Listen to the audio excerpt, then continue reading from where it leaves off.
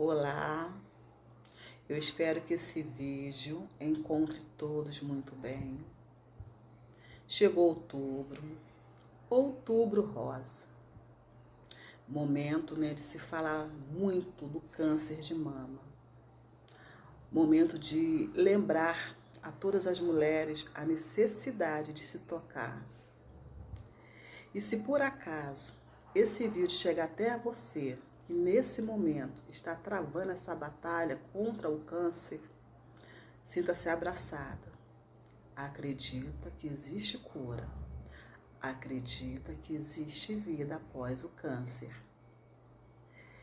E para levar essa mensagem de força, de determinação e de fé, eu vou trazer aqui uma pessoa que aos 35 anos de idade foi diagnosticada com câncer de mama e ouviu dos médicos: você só tem 2% de chance. Caramba, 2% não é nada. Mas ela falou, é nesses 2% que eu vou me agarrar. E com isso, minha gente, 14 anos após ela ter travado essa triste, terrível batalha contra o câncer, onde, graças a Deus, ela saiu vencedora, ela está aqui para conversar com vocês sobre essa trajetória, como foi passar por isso, como ela está vivendo após o câncer. Então, eu vou passar a palavra para Nilda Ângel. Aqui na descrição estará o Instagram dela, porque essa mulher é uma mulher muito forte. Ela tem muito a somar com todas nós. Fique com a gente, assiste até o final, compartilhe, deixa seu like, porque a gente podendo passar essa mensagem de força, de determinação, com certeza ajudaremos muitas, mas muitas mulheres que talvez estejam passando por isso e até se sentindo sozinha. Tá ok? Desde já agradeço a atenção. Falo de novo. Se inscreva no canal, curte e compartilhe. Com vocês, Nilda Ângel. A mulher que conseguiu de 2% transformar em 100%. Está aqui hoje conosco. Olá, amigos. Então, aí com vocês a Nilda. Então, Nilda, sinta-se em casa, fique à vontade. Fala pra gente um pouco da sua triste experiência, da sua grande vida que você leva hoje após o câncer. Boa tarde, Yara. É um prazer imenso, né, estar aqui com você e com vocês, abordando um tema tão especial nesse mês aí que vai iniciar, mês de outubro, um mês de conscientização, né, que as pessoas chamam como um mês de prevenção. Eu não acredito muito nesse tema prevenção, eu acredito no mês da conscientização. É um prazer muito grande estar aqui falando para vocês desse tema, da minha experiência de vida com o câncer há 14 anos atrás. Com 35 anos, né, eu conheci esse submundo, né, que nós, como sobreviventes, chamamos de submundo. E não é fácil você receber um diagnóstico ainda nos dias atuais. Ainda é um diagnóstico que, para nós, quando recebemos, é um diagnóstico de morte. Ele traz uma atmosfera de morte. Então, passar para várias pessoas que estão entrando nesse momento, né, nesse mundo, e mostrar para elas que existe vida, que sim, é possível sobreviver, é possível viver, voltar a viver depois de tudo isso, é um privilégio que eu creio que, através dessa conscientização, várias outras mulheres, assim como eu, né, que tive um diagnóstico precoce, também terão a oportunidade de estar passando essa mensagem. E você, quando soube desse diagnóstico, você tinha ido fazer um exame de rotina? Como que foi? Não. Eu descobri em casa, né? Eu senti um carocinho na minha mama esquerda, na minha mama direita. E todo mundo disse que não era nada, que era apenas um carocinho, mas dentro de mim eu sabia que tinha alguma coisa anormal, até porque na época eu corria todos os dias e assim o meu desempenho na corrida tinha diminuído bastante, eu estava me sentindo muito cansada, embora digam que não existe relação nenhuma com o câncer, mas eu acredito que o nosso corpo ele avisa, né, quando tem algo errado. E eu descobri em casa, me tocando. Ou seja, a importância de se tocar. Sim, total. E aí, nesse momento que você procurou o médico para saber o que estava acontecendo com o seu corpo, e você faz o exame, e aí tem a certeza. Eu fui, não tinha plano de saúde, né? Eu gostaria de deixar isso aqui muito claro, porque eu acho o Outubro Rosa muito importante, porém eu acho que ele ainda precisa abraçar mais as mulheres que, assim como eu, há 14 anos lá atrás, não tinham um plano de saúde, não tinha o conhecimento do que era o câncer, não conhecia pessoas nenhuma que tinham passado pelo câncer, que tinham sobrevivido. Então, assim, eu fiquei muito perdida mesmo. Até então, era um carocinho muito pequenininho que todas as pessoas ao meu redor diziam que não era nada e que através de um exame de ultrassonografia acompanhada de uma biópsia, eu descobri que eu estava com um carcinoma ductal infiltrante de grau 3. Esse grau é muito elevado. É um tipo de câncer que ainda não é conhecido pela medicina. Eles falam que é um tiro no escuro que eles dão porque não é um receptor hormonal. Então, a medicina ainda desconhece a causa, né? Não existe uma causa para o triplo negativo.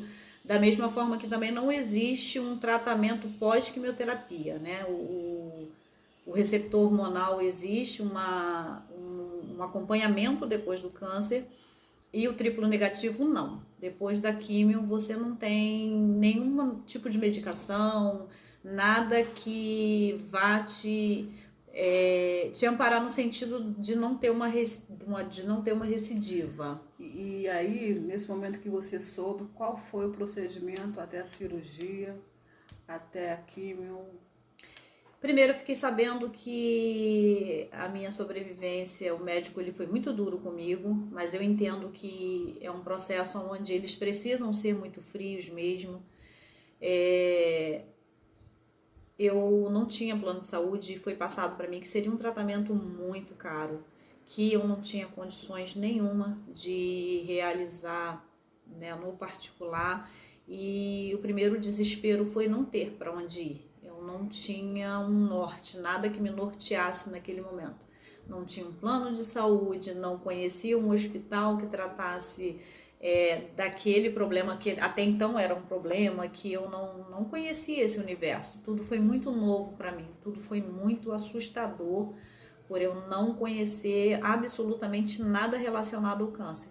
E começar a saga para um hospital que me aceitasse. Isso, aí você acabou chegando ao INCA, né? Sim, eu cheguei no INCA 3 horas da manhã,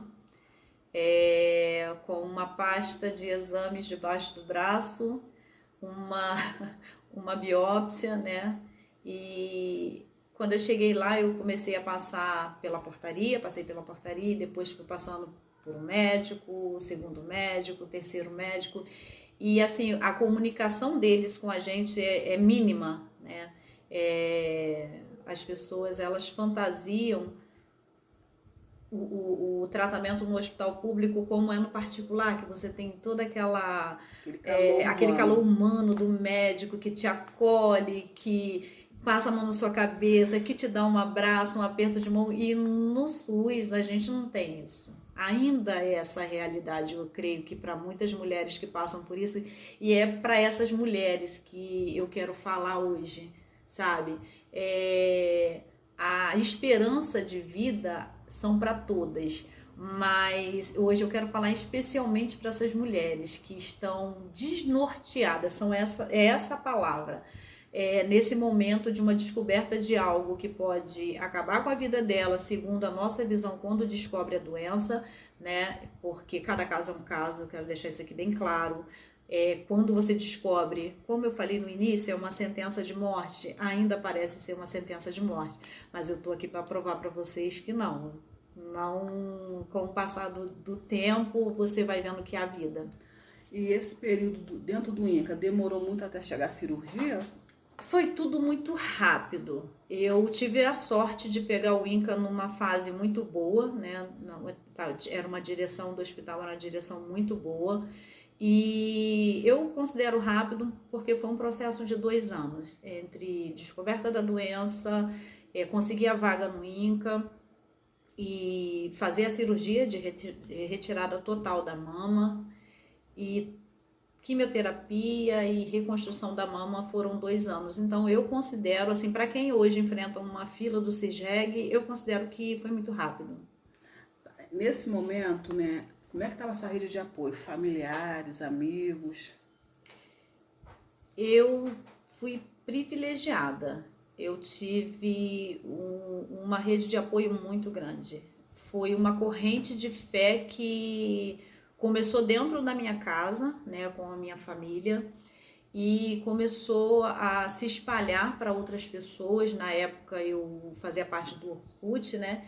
E quando eu resolvi falar sobre o assunto, todos abraçaram a minha causa e virou assim uma comoção, sabe? Foi algo, eu experimentei momentos muito significativos nesse processo, que foi a solidariedade, sabe? A empatia das pessoas que me apoiaram de longe. E quando eu digo de longe, eu tô falando a nível de Brasil e a nível internacional também.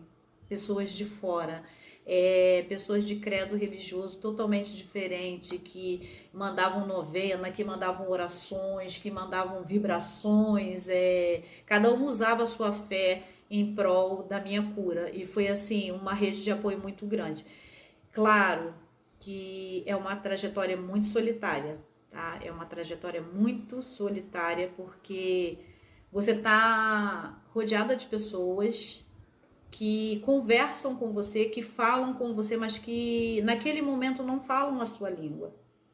Porque por mais que tentam, né, te apoiar, dizer que tudo vai passar, elas não conseguem imaginar a solidão e o medo que você sente no decorrer de todo o processo. Porque pode dar muito certo e dentro da cabeça da gente, muitas das vezes, a gente acha que pode também não dar certo.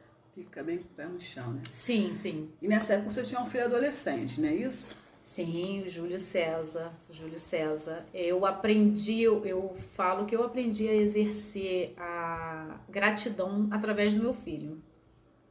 Quando eu estava muito ruim, assim, no período da químio, que eu via meu filho sair para jogar uma bola, para ir numa padaria, para comprar um pão, eu agradecia a Deus naquele momento por não ser com ele e ser comigo. E era um ponto que eu focava quando o meu corpo não estava reagindo, quando eu estava muito fadigada, quando o efeito da quimio estava gritando dentro de mim e eu não tinha forças para levantar para tomar um banho, eu não tinha vontade de me alimentar.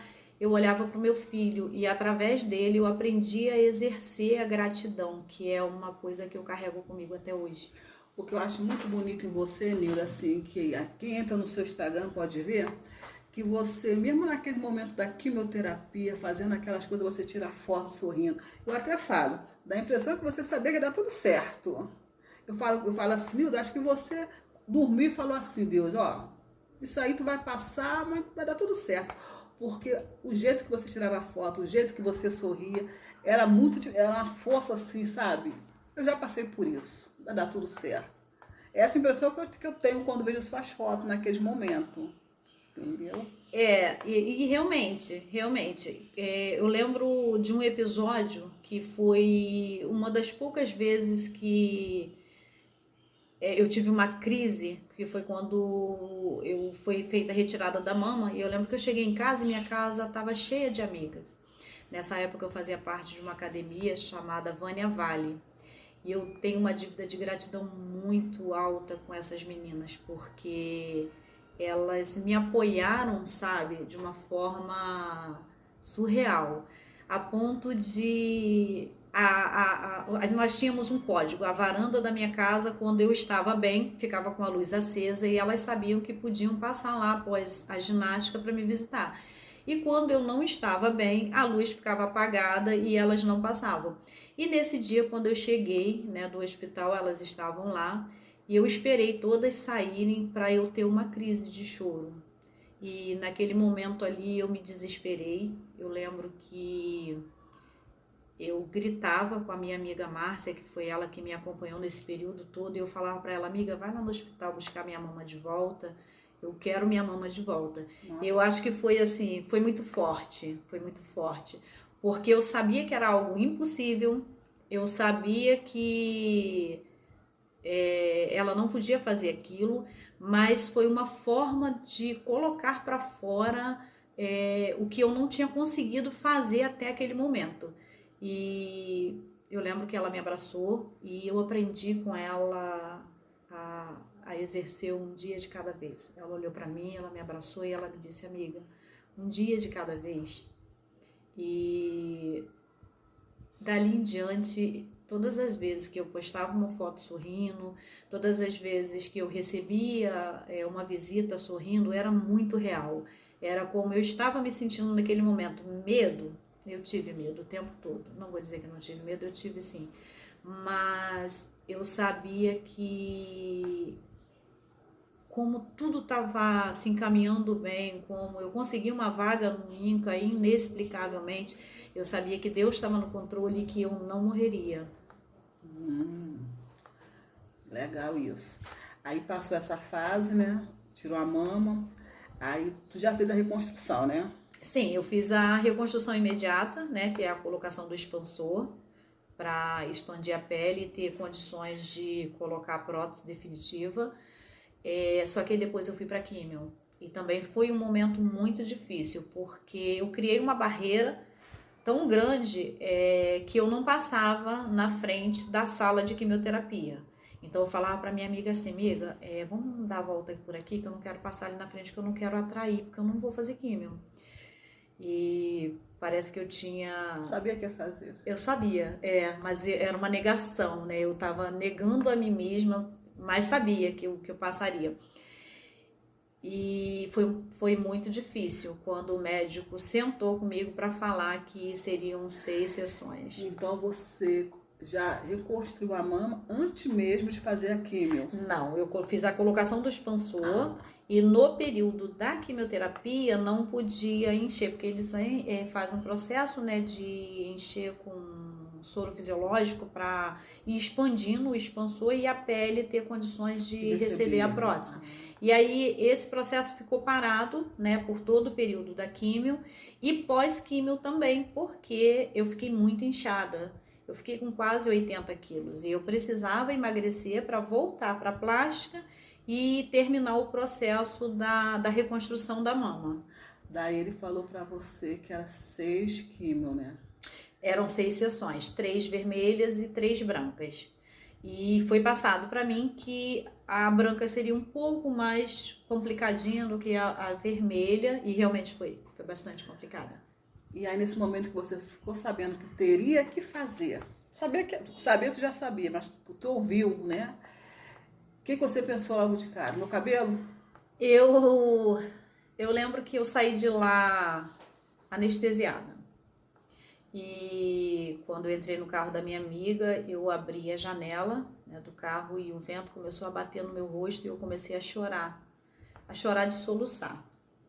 Porque eu sabia que quando eu começasse a perder o cabelo, embora eu já tivesse perdido a mama, seria uma forma da doença se revelar para mim, que até então eu ainda não conhecia a face dela.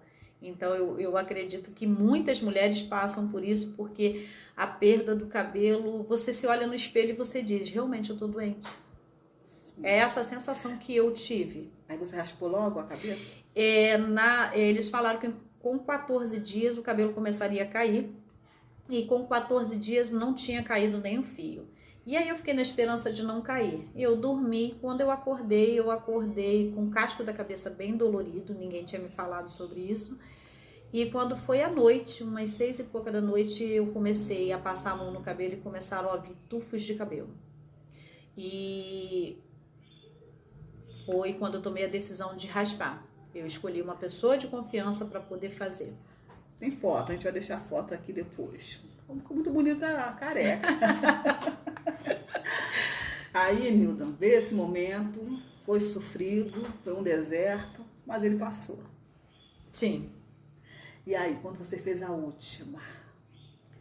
A última, por incrível que pareça, foi a mais difícil. Porque as veias já não aguentavam mais, né? Mas eu sabia que era a última, então o coração tava quentinho demais, muita coisa. E foi um misto de sentimentos, sabe? Um misto de sentimentos de eu conseguir, é possível, realmente é um dia de cada vez, realmente cada caso é um caso, é uma frase que a gente escuta, né, no período todo que a gente está fazendo tratamento e é muito verdadeiro, sabe? Então, quando alguém disser para você aí que está passando pelo câncer que cada caso é um caso, você acredite, porque ao longo, né, da caminhada a gente perde pessoas, isso é uma realidade. A gente vê pessoas ressurgindo, a gente conhece pessoas amargas, a gente conhece pessoas que se reinventaram e a gente vai aprender a se reinventar todos os dias, mas a sensação de ter sobrevivido a tudo isso e ter saído disso de uma forma melhor. Eu me sinto uma pessoa muito melhor hoje. Isso eu posso dizer e gritar para os 4 cantos do mundo. Eu me sinto muito melhor hoje, como pessoa, como ser humano, como um todo. Não digo que foi o câncer que me transformou, tá? Não vou dar esse poder à doença. Mas a situação, que poderia ser qualquer uma outra situação, poderia ser uma situação da perda de um ente querido, de um membro do corpo, de uma outra doença que não fosse o câncer. Eu não vou dar o poder do câncer me transformar, mas a situação em si, a adversidade que bateu a minha porta sem que eu esperasse e que me transformou, né? Me deu a oportunidade de me transformar em uma pessoa melhor, em saber que dia após dia eu preciso melhorar, eu vou falhar como ser humano, mas que Deus não poupou minha vida à toa, então eu preciso levar esse legado a outras pessoas. Então, aí depois que você fez a última, o que os médicos falavam? Qual era a perspectiva futura dali? Após a última químio, né, foi falado para mim que eu passaria pelo período de 5 anos, né, que seria o período que a doença poderia voltar e não havia nenhum outro tratamento. Era só o acompanhamento mesmo do hospital e que as chances de voltar a ficar doente de novo era uma chance de 98%. De novo. Eu saí de dentro do INCA com essa porcentagem, que era uma chance de 98% de voltar a ficar doente nesse período de 5 anos. 5 anos, se chama de remissão, não é isso? Isso, o período da remissão. Remissão. Mas aí passou aí tu ia, tá tudo certo. Tudo certo. Passou o segundo. Aí aparecem algumas intercorrências normais, uma displasia aqui, e aí vai uma biópsia, né? Aí vem o medo. O que é normal, né? Negativo. Porque nós somos mulheres, né? Negativo. Nós somos mulheres. Passei sim, mais todos. uma. Passei mais uma. Aí veio o terceiro ano. Veio o terceiro, veio o quarto, veio o quinto, e aí eu tive alta. Amém. Aí depois desse 5º ano, veio o 6º. O que aconteceu nesse período? Nesse período do 5º ano, em 2014, né, eu fiz um processo seletivo, né, para a empresa que eu trabalho hoje e acredite, eu passei. Voltou ao mercado Voltei de ao mercado de trabalho, eu achei que ninguém fosse me aceitar por causa do meu histórico e eu fui muito desacreditada, eu mesma desacreditada de mim mesma, tá? E passei no processo seletivo, já estou na empresa, vai fazer 11 anos, graças a Deus, e tem mais. Aí fui lá trabalhando, aí aconteceu o que depois disso? Então, e aí em 2017, né, finalzinho de 2017, outubro, para ser mais exata, nos exames de rotina, num exame, né, ginecológico, eu descobri que eu estava grávida de 8 semanas, sem menstruar, porque após a químio eu não tive mais menstruação, e eu estava grávida aos 43 anos, sem saber. Isso aí. E aí? E aí entrou o desespero, né, no primeiro momento, porque era para eu ser mãe, eu estava sendo mãe, mas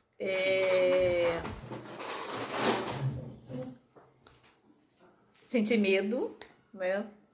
Mais o medo da maternidade do que de estar grávida em si. E hoje tá aí, aqui ó, meu presentinho de Deus aqui, Deus me presenteou. E ela é uma prova viva, né? Ela de que existe vida após o câncer, de que um diagnóstico onde as suas possibilidades são mínimas não determina a sua morte, só quem tem esse poder é Deus. Então, independente da porcentagem que o médico te dê, independente do tipo de câncer que você tenha, independente de você ser ou não um paciente paliativo, quem determina o tempo é Deus. Eu não posso fechar, né, essa entrevista, enfim, né, essa conversa sem dizer que quem determina tudo na nossa vida é Deus. Então, não se prostre por causa do diagnóstico do homem. A prova viva está aqui. As chances dela nascer com algum problema, com alguma síndrome, era muito grande e está aqui perfeita. O único problema que ela tem é que ela é maravilhosa. Bem, essa é a minha história. Eu quero pedir desculpa pelo nervosismo, mas eu espero que esse vídeo alcance outras mulheres, que você entenda que o seu corpo fala, o seu corpo diz quando algo não vai bem e insiste em você. Eu não parei para ouvir as pessoas que estavam ao meu redor e que diziam que não era nada. Eu desconfiei, eu fui atrás e foi essa desconfiança, foi essa certeza de que algo não estava bem que salvou a minha vida, que fez toda a diferença entre a vida e a morte. Então, aproveite esse mês, vá se tocar, vá fazer seus exames. Eu sei que a fila do SUS é longa, é extensa, mas se você fez já tem 6 meses, já começa a marcar sua consulta um pouquinho mais para frente, já começa a agendar seu exame um pouquinho mais para frente, tá? Cuide de você, isso é uma coisa que só você mesma pode fazer, tá bom? Que Deus abençoe vocês e que fique uma mensagem de que tudo é possível quando a gente acredita em Deus e em nós mesmos. Beijão no coração.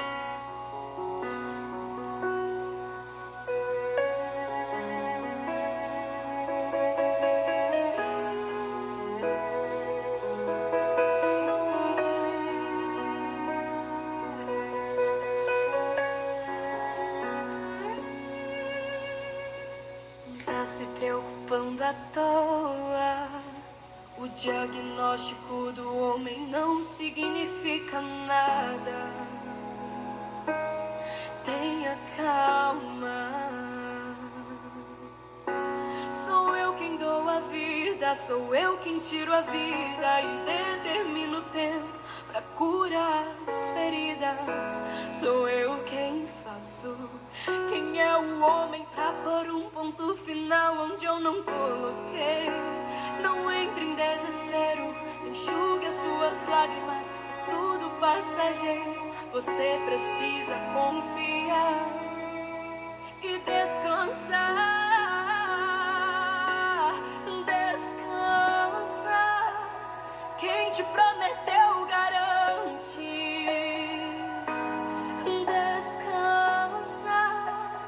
Este mal não é pra morte.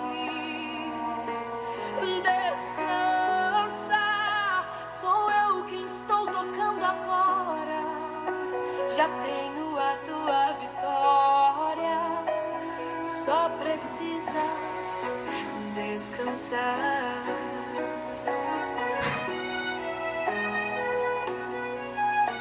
Sou eu quem dou a vida, sou eu quem tiro a vida e determino o tempo pra curar as feridas. Sou eu quem faço. Quem é o homem pra pôr um ponto final onde eu não coloquei? Não entre em desespero, enxugue as suas lágrimas, é tudo passageiro. Você precisa confiar e descansar.